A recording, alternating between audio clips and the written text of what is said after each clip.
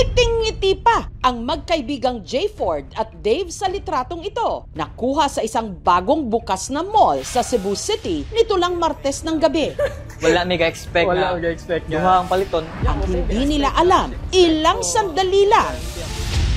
Next time na pod. Ito na ang mga susunod na mangyayari. Guys.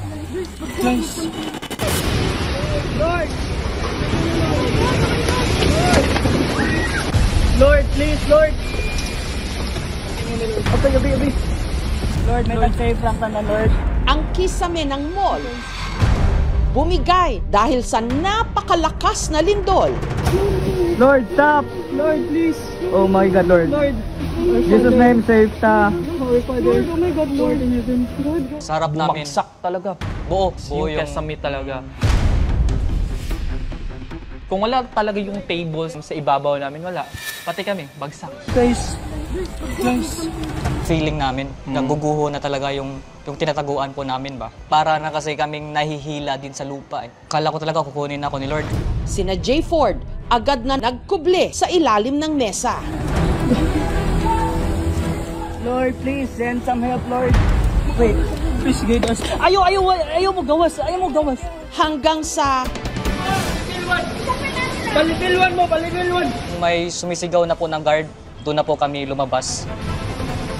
Lord, please, Lord. Oh my God. Ginaid po kami ng mga security sa labas. ang lindol nitong Martes, isa na marahil sa pinakamalakas na lindol na naranasan sa Cebu. Magnitude 6.9.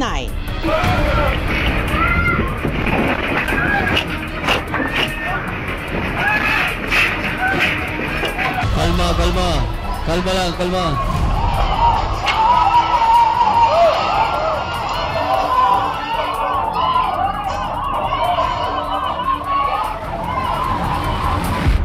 Sa dashcam videong ito,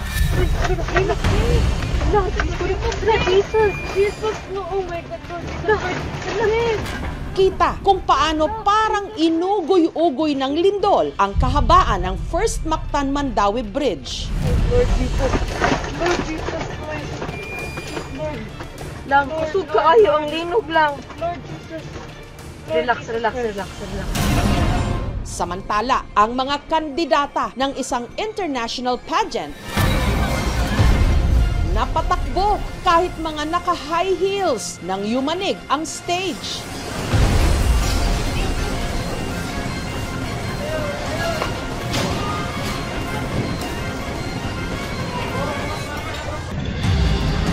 Habang ang mga pasyente ng Cebu City Medical Center kinailangang dali-daling i-evacuate. Ang team naman ng OB-GYN na si Doc Gracia nagtulong-tulong na sa pag-asikaso sa isang ginang na inabutan ng panganganak sa labas ng ospital. We have to deliver her. Tapos biglang bumuhos ang ulan. Yun na nag-pray nila ko, Lord, it's up to you. Sa gitna ng trahedya, may sumisibol na bagong buhay. Dok, salamat talaga at dumating ka kasi kung hindi ka dumating, siguro hindi na ako nakahinga nun.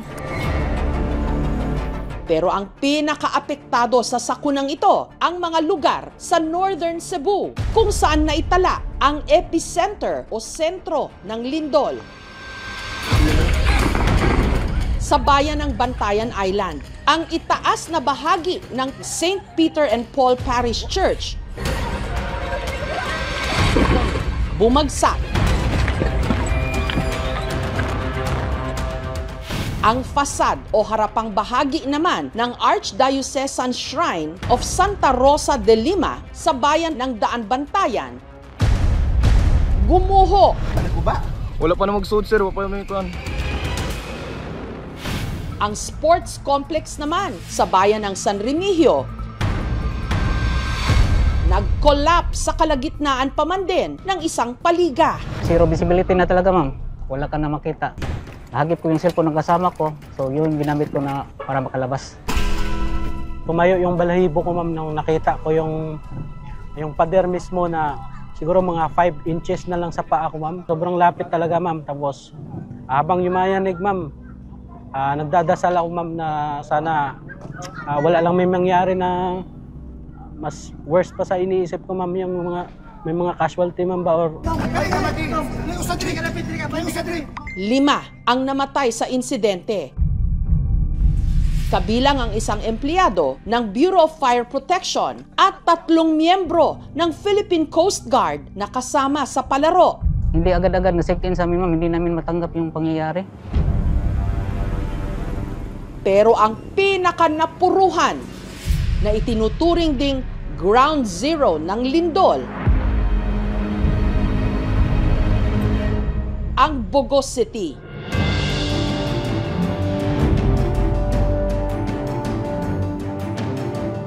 Dito, maraming mga bahay at gusali ang nasira.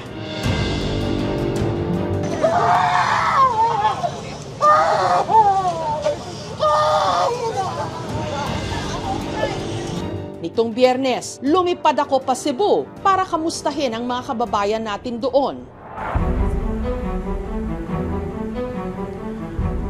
Dito ho sa highway makikita nyo, ang daming nagdadala ng tulong towards Bogos City. Sana wag lang daw po sa Bogos City.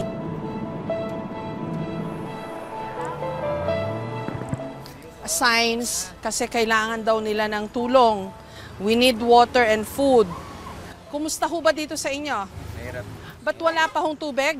Wala po. Ano pang kailangan nyo ho rito? Sige, sabihin nyo na po. Tubig, pagkain na po. Tubig, pagkain, oo. Ba't nandito yung maraming tao sa kalsada? Kasi po dito yung dumadaan na mga sasakyan papuntang Bugo. Para makita kayo. Oo. Marami bang nasira dito sa Tubogon? Meron din Ano mga nasira rito? Bahay namin. Bahay. In-anticipate din nila na maraming magdadala ng relief goods papuntang Bogos City. So, sana raw maambunan din sila. Ang syudad ng Bogos City sa Cebu ang pinakanapuruhan ng husto sa 6.9 magnitude na lindol gabi ng September 30. At ayon sa PHIVOLCS, ito'y sanhi ng paggalaw ng isang fault line na ngayon lang gumalaw sa may bandang dagat sa loob ng 400 taon. Taga-amin yung tabang mga bay. Ang lalaking ito na natabunan ng gumuho niyang bahay sa Barangay La Paz, idinaan sa pag-post ng video ang paghingi niya ng saklolo. Ako mukton. Bali. Mga bay. Dansoy vlog ni mga bay. Tabang mo mga bay. Igo mi linog mga bay. Ako mukton mga bay. Bali mga bay. Hinaot mga bay nga. Anang taga-amin yung tabang mga bay. Ang biktima, kamag-anak ni na Harvey at Chofilo, si Dante. Kasi may narinig po kaming boses na humihingi ng tulong. Pagpunta ko po dito, nakita ko po yung paa ng asawa ng aking tiyuhin. Dito po, nakausli. Tinawag ko po agad ang aking lolo. Samda sa LJ, wala.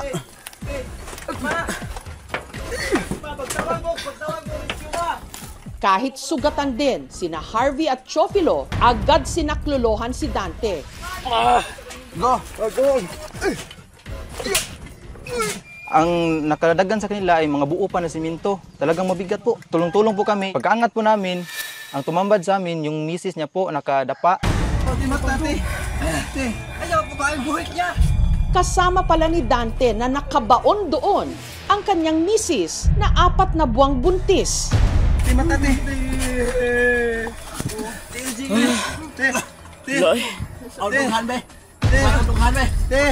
Pwede man daghan na gyud, dagko kay nga halublak na kadatog. Guniti ang diri ay. Pasago. Pero makalipas ang halos 1 oras. Ay guniti na kumbali ah. Ilok wala.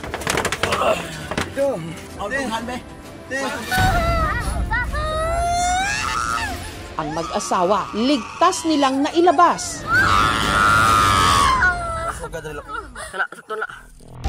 Nagpapagaling si Dante ngayon sa ospital. Habang ang kanyang misis, hindi pa rin makausap dahil sa trauma. Laking pasalamat naman namin sa Panginoon kasi bahala na nawala sa amin yung lahat na bahay namin or mga gamit. Ang ano lang namin, papasalamat lang kami na ligtas ang buhay namin ba. Mula nung yanigin ang Bugos City ng malakas na lindol, walang tigil ang isinagawang rescue and retrieval operations sa mga gumuhong bahay at gusali. Kabilang na ang pension house na ito.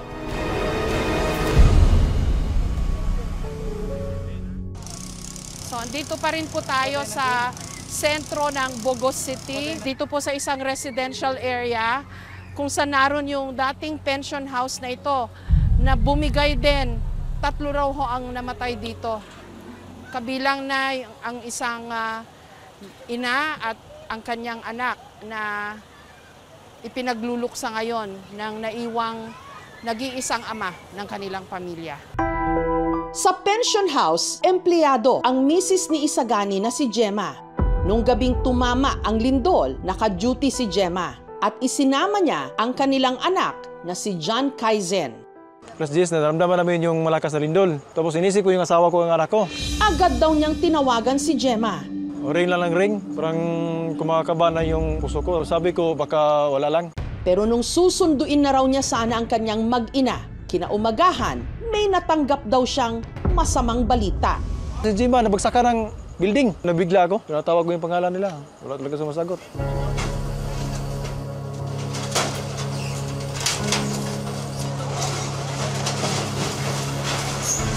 Si Isagani, ginabi na sa kahihintay.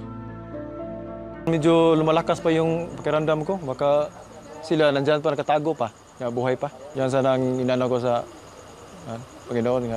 Hanggang sa nahanap na ang kanyang mag-ina. Pero pareho na itong walang buhay.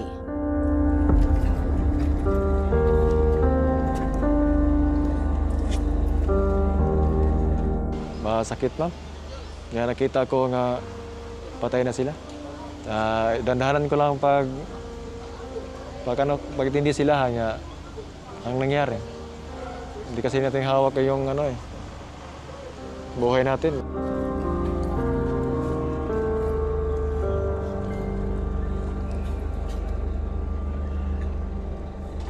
Ngayon lang daw ho nakaranas ang mga tiga Bugos City dito sa Cebu ng ganito kalakas na lindol.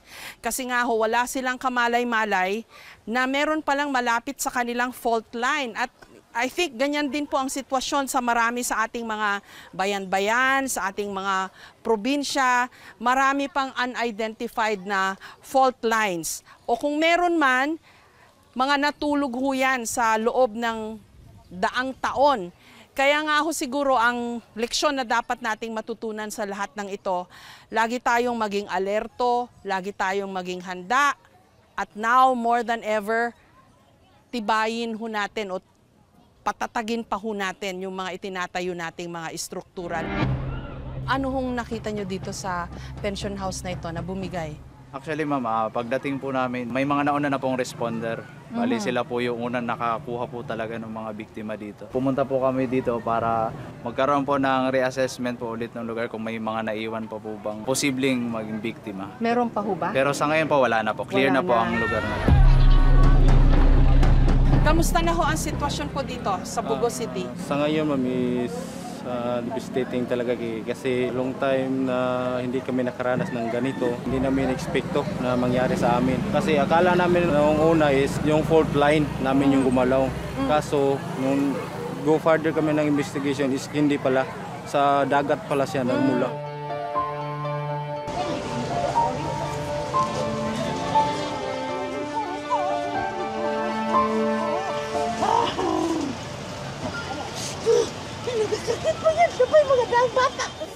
Sa tala ng NDRRMC o ng National Disaster Risk Reduction and Management Council, hindi bababa sa 70 ang nasawi.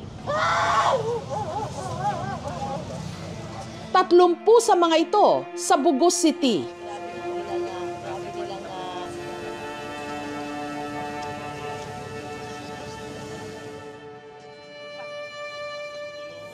Libo-libong mga residente naman ngayon ang pansamantalang sumisilong sa mga relocation at evacuation center.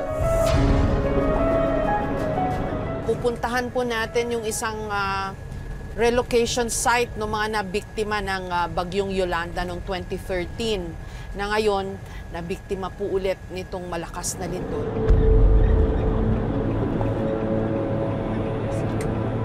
Hello, magandang araw. Magandang adlaw.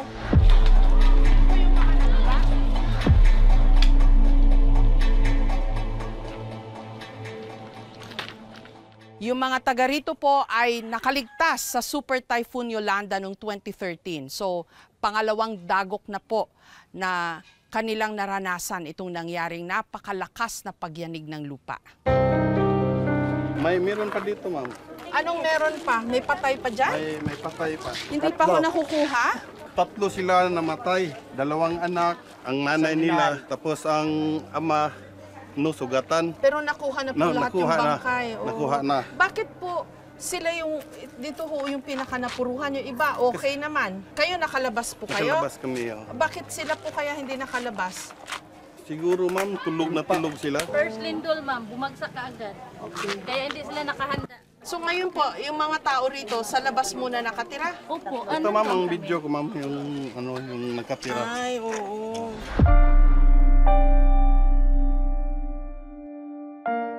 Kayo po yung presidente dito. Kamusta po ang buhay ngayon dito na ganito po? Na nalindol po kayo? Po, ma'am. Wala kaming Buti na lang ngayon, may nagbibigay na ng pagkain, pero kulang-kulang pa po kami ng tent. Bakit po itong particular row na ito ang napuruhan? Iwan ko lang po sa budget, naging ganito yung forma nila. Kasi sobrang lakas ng earthquake, ma'am, umabot ng 10 minutes dito. 10 minutes Nag-wave yung mga bubong namin dito. Talaga ho? Gustuhin mo man pong lumabas, di ka makalabas, mahiga ka na lang, matumba ka na lang. Paano ho kayo nakaligtas? Dali-dalian na lang po, ma'am, yung iba sa bintana na dumaan. Kasi hindi na mabubukas yung door ng unit mo, ma'am. Parang tumigas siya. Kilala niyo po yung mga namatay, ma'am? Opo, total body count, 7. Pang-8 yung binuntis. Di man lang niya nasilayan yung mundo.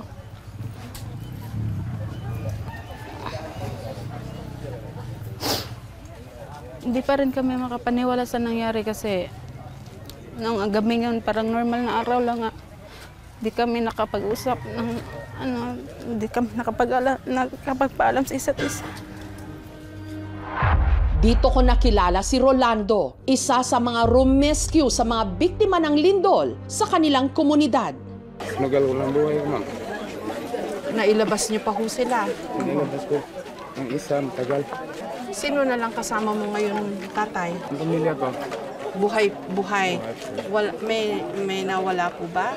Wala, nasugatan. Nasugatan lang. Nasaan na po yung pamilya mo? Trauma. Na-trauma. Oo. Meron ka rin nailigtas na kapitbahay. 6 lahat na iligtas ni Kuya. Salamat, Kuya, ha. Thank you. Bayani ka. Basta, mabait ang Diyos pa rin. Nailigtas kayo lahat, Wala ko na shelter kahit isang pamilya ko. Oo. Di ba na yung gamit, Kuya? Basta buhay lahat ng pamilya, no?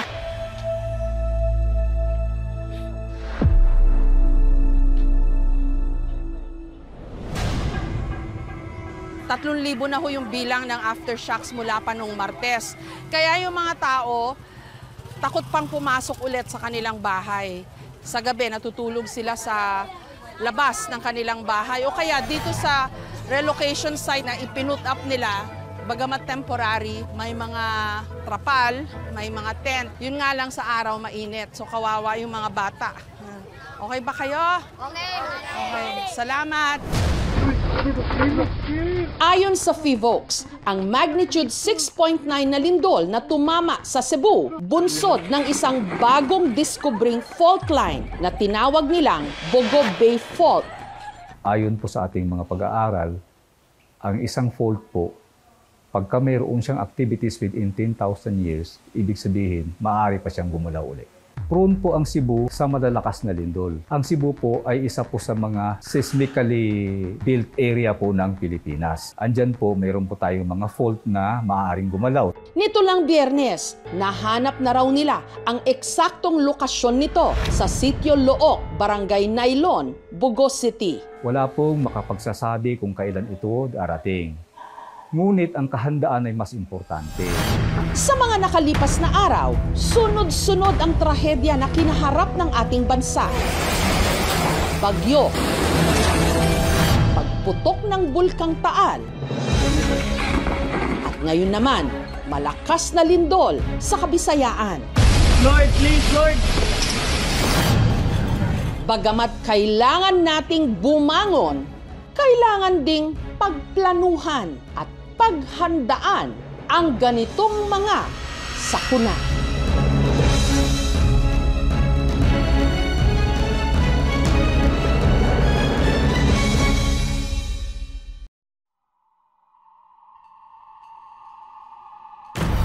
Hepe, pang-ilan na ba yan? Patay ang kinakain. Buhay naman tayong lahat. Ito pang kinakabahan.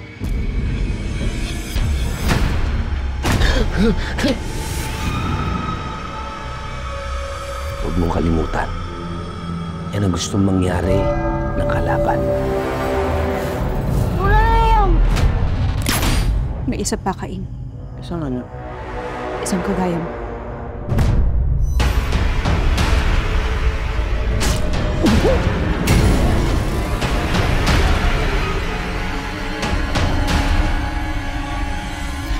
Kapag nagpapakita daw si Pochong, may mamamatay.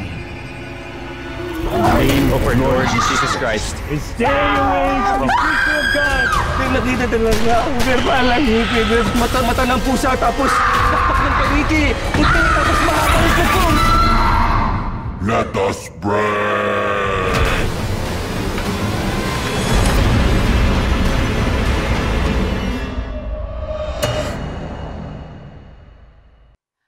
Thank you for watching, mga kapuso. Kung nagustuhan niyo po ang videong ito, subscribe na sa GMA Public Affairs YouTube channel.